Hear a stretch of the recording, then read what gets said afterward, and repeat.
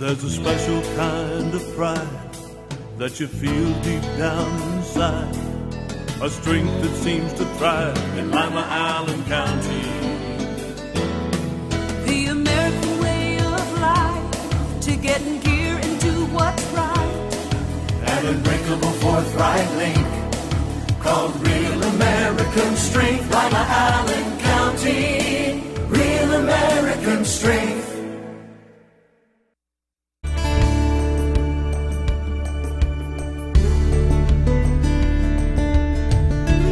Keeping you up to date with what's happening in your community. Community Focus on GTV2. Thanks for joining us on Community Focus. I'm Anne Decker, and Beth Siebert is in the studio with us today. She is the coordinator of the Ottawa River Coalition. Thanks for joining us. Well, good morning.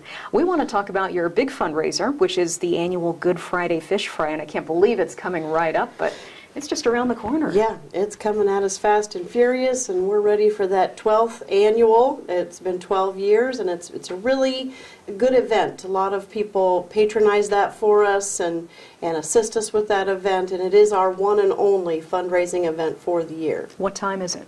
It is 11 a.m. to 6:30 p.m. So lunch or dinner? Yeah, lunch or dinner, or a lot of people have been coming mid-afternoon. It's kind of neat. The first year we did it, it was dead between lunch and supper. And then, people decided, you know what, it's not so crazy if I come at 2 o'clock or 3 o'clock. And it's nice. We have a nice steady flow of people through. You have delivery as well, don't you? We do. If you're going to order 10 or more meals, we would love to talk to you about how to deliver that to your place of business. And just give us a call, and we'll arrange that. We have, eat-ins or carry-outs. If you come out there, you can take it home. And we like to think that we try to serve people as quickly as possible. Our caterer is Lock 16, and they do a fabulous job. Wonderful. Their fish is so good. It's an Alaskan pollock, and then we do seasoned French fries, coleslaw, and a cookie, and that's all for $8. Good deal. And, we think that's very competitively priced. And this is at the fairgrounds, correct? At the Allen County Fairgrounds, that is correct. How do folks get tickets? Well, they can contact me for tickets, but at this point we're so close to the event, they might as well just come on out to the event and buy their tickets there. Okay. That's simplest, I think. No extra charge at the door? Nope. All right. Nope. Great. And if people do want to get in touch with you for carry-out, what's your Our phone? number is 419-223-0040, extension 107. Okay. And also, we've got a silent auction, some really interesting prize package there. Yeah, like what? Well, we've got a Lake Erie charter trip. We've got a week at Gatlinburg. We've got 2 tickets to the upcoming PBR bull riding event at the Allen County Fairgrounds.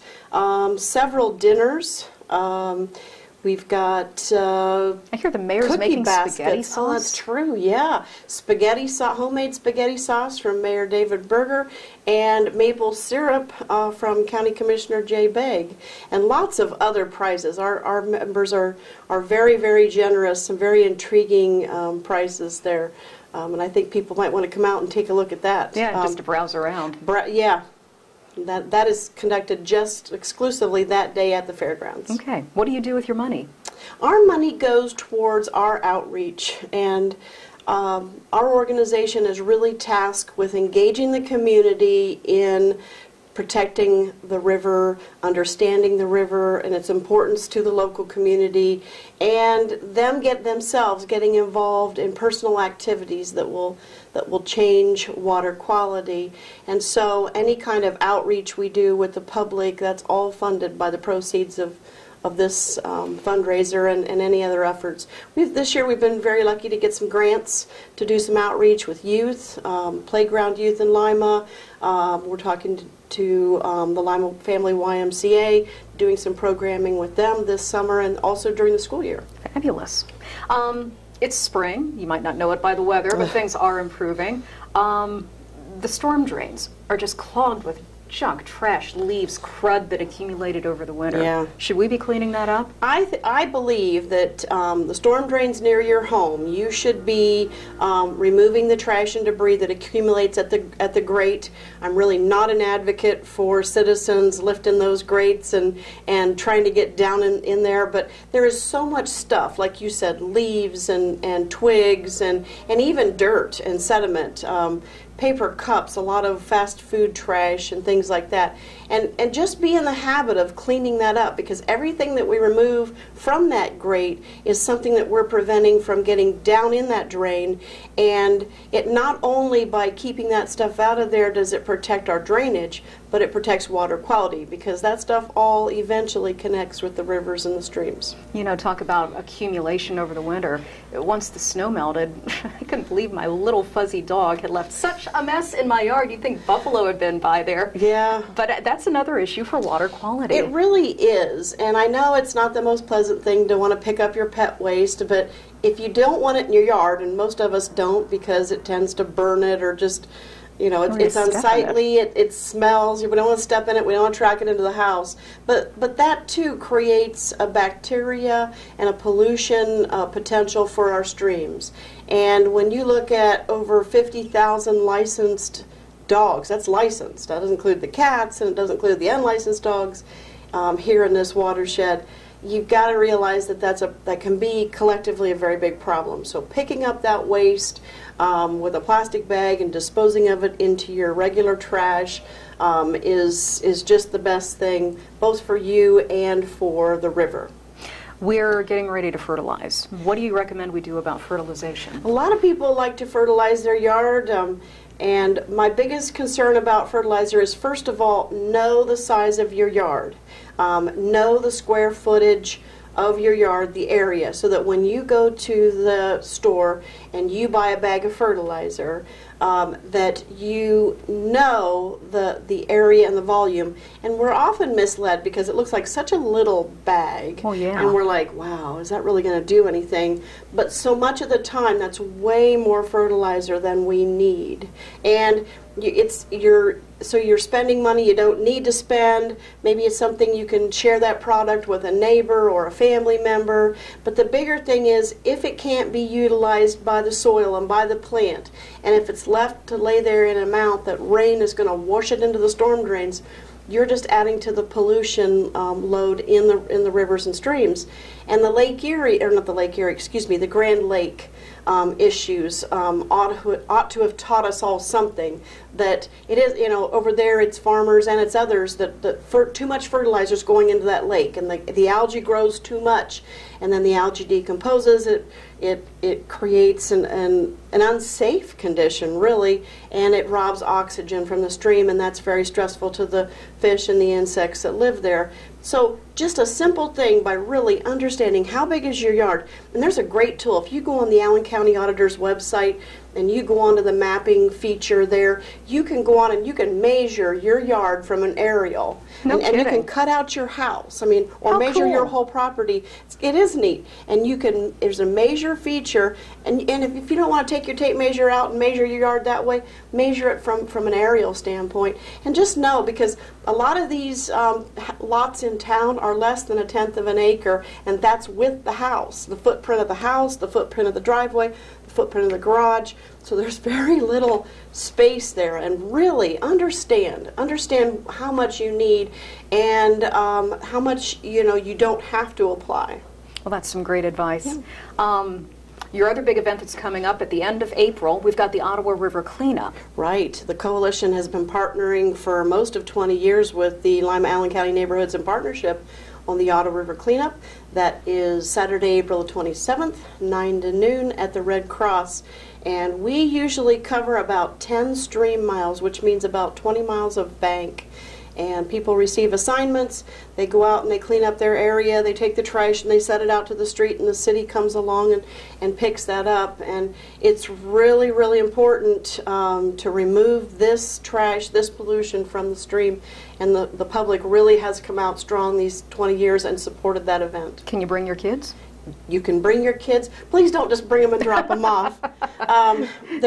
we don't have adults to go out with your kids. So please send at least one adult with every group of kids, and the kids will need a parent's signature permission. But kids, so many teachers in the area are giving bonus points if you bring that certificate back into class saying that you did that. Well, and it's a fun project too. It really is, and I love it because it gets people down to the river and makes that more visual connection and sometimes a physical connection. Well, they'll see just how nice it really is. It is a lovely little river. Okay, so we've got the fish fry coming up. Good Friday. What March time? March 29th, it's 11 a.m. to 6:30 p.m., Allen County Fairgrounds. All right. And your phone number if people want more information about anything we talked about. Right, 419-223-0040, extension 107. All righty. Thanks for coming in today. Thank you. You're welcome. Beth Siebert with the Ottawa River Coalition. When we come back, Howard Elstro is going to give us an update on Public Works right after this on GTV2. Reduce, recycle, reuse. Allied Waste Services in the City of Lima encourage you to live green by recycling all that you can. Recycling promotes green living by reducing the amount of waste materials buried in landfills. This saves money, natural resources, and energy. Keep our environment healthy and start recycling today. Allied Waste Services is committed to a clean environment. Contact us today for your recycling needs. Visit our website, republicservicesohio.com, to learn more about recycling today. Help keep the youth of Lima safe by donating to Lima Safety City today. Hello, I'm Chuck Eichelberger from the Lima Noon Optimist Club. Safety City is a very important part of the Lima community. The Optimist Club is renovating Safety City and it needs your help. Donations can be made by going to the website limasafetycity.org. You can also send a donation to Lima Noon Optimist Club, P.O. Box 428, Lima, Ohio 45802. Help keep the youth of Lima safe by donating to Safety City today. Lima City Council has recently amended the city's vicious dog ordinance to deal with potential problems concerning dangerous dogs in the public. The ordinance is comprehensive. However, here are some key elements that all dog owners and their neighbors should be aware of. Any dog that is considered a breed of pit bull is considered a vicious dog regardless of its temperament. A vicious dog is any dog that attacks, bites, or causes injury to a person or domestic animal with or without provocation. Not under control of the owner, and secure with a muzzle and a leash of 6 feet or less in length, all vicious dogs must be confined when outside in a pen with a secured top and bottom, or with the sides of the pen embedded at least 1 foot deep into the ground. If you're a dog owner and have concerns about any dogs in your neighborhood, visit limapolicedepartment.com to find out more about the city's vicious dog ordinance. The fine for noncompliance is $150 per citation, and ignorance of the law is not a defense. If there's an emergency situation, call local law enforcement for immediate assistance. Let's all do our part to keep the Ottawa River clean and healthy. Clean trash and debris from storm drains to keep them from being washed into the river. Your actions matter. We're back on Community Focus. I'm Anne Decker. It's spring, and that means it's time for the orange barrels to bloom.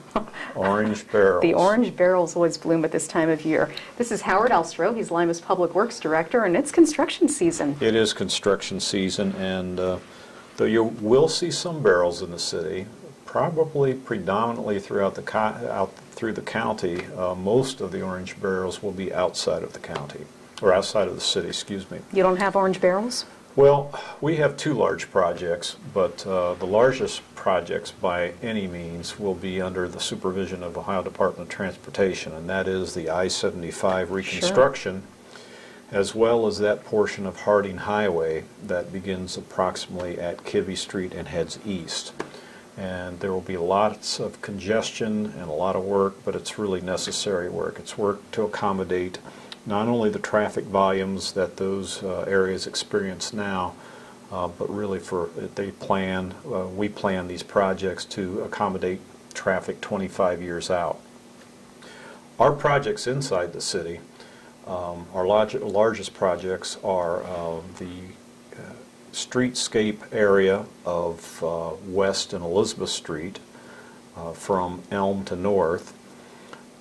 And in that project, we will be doing a streetscape renovation, so it'll be repair of sidewalks, new curbs, base reconstruction on West Street, And when we're finished, we will have light poles, very nice brickwork. It will look like the other streetscape areas of downtown.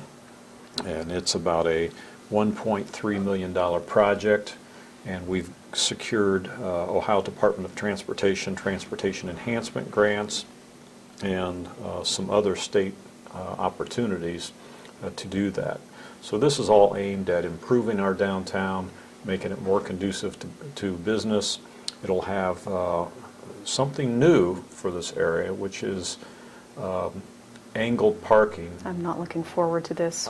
No one is. Everybody's, Why do it? Everybody's a little bit tentative about this. Instead of the parallel parking, as you head down West Street, it'll be back in angle parking. Yeah, right. So you will travel down and look to your left and find an open space, put on your signal, stop, and then back into the parking stall at an angle. The rear angled parking is really a mandate of Ohio Department of Transportation and other transportation providers throughout America. They're finding on state routes that a lot of accidents are due to people pulling out into traffic. So if you pull in at an angle and you pull out, it's very hard to see around the car next to you because you know, you've got the whole rear end of your car out in the middle of traffic before you can see what's coming at you. And also parallel parking, they've decided that that's more risky than this rear angle parking. So we're mandated to do it. Hopefully it will not be as painful as we all fear. You're going to give us lessons? Well, like actually, driver's ed all over again? Actually, we will give lessons. We actually did an experiment. We blocked off some areas as it would appear after it's modified, and we had some video taken of that, and we showed that to the downtown merchants at one of the public information meetings. So yes, we've actually, and we'll probably roll that on GTV2, I think, sometime in the near future about what you can expect for this rear angle parking as we get closer to completion. When's that going to take effect? Well, this project will be sold midsummer, and the construction should be done by about November, October, Okay. November. Just in time for the Christmas rush downtown. Well, that's, you know, there's more and more businesses truly moving downtown, and it's really an exciting time. The announcement with John Hafey's Old City Prime coming downtown, and with the Met Place and some of the other establishments that are now taking a hold down there. It's and the Fat Cat Diner. It really is becoming a trendy place to visit, especially after work and on weekends. So we're seeing more activity in the downtown, and that's a good thing. Let's hope it parlays into something even larger.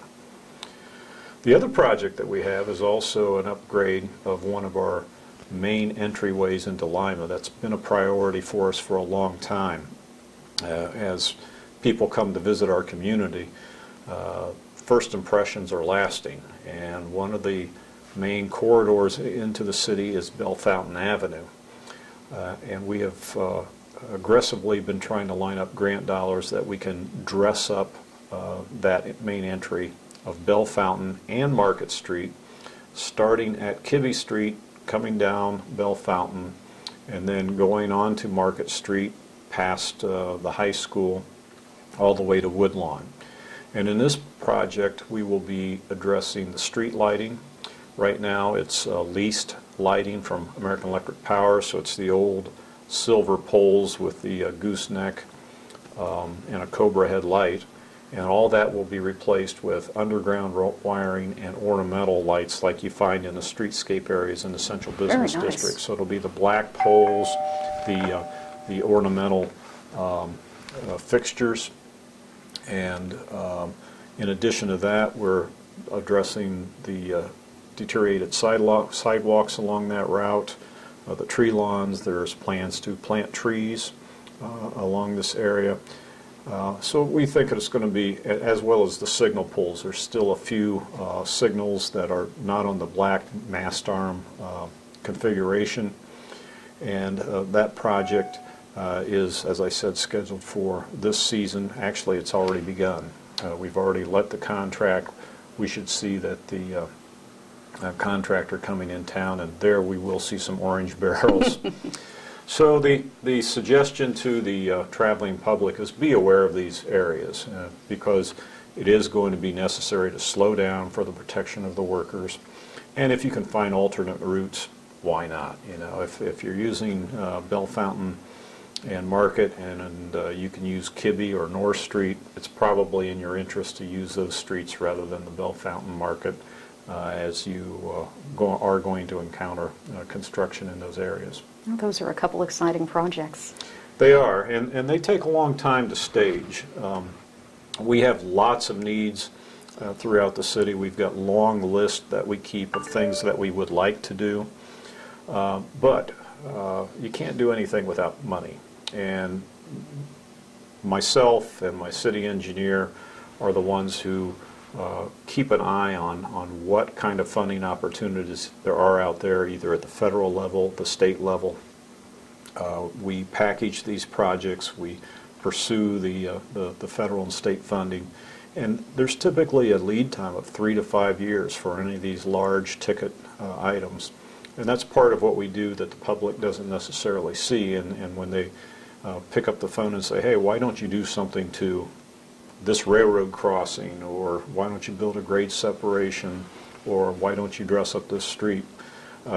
We don't ignore those calls, but it does take time to put that in place, and people don't feel like they're necessarily getting an immediate response, and they're not, because it takes a long time to find $1.3 million, or for the Bell Fountain entryway project, it's actually going to be about $1.7 million.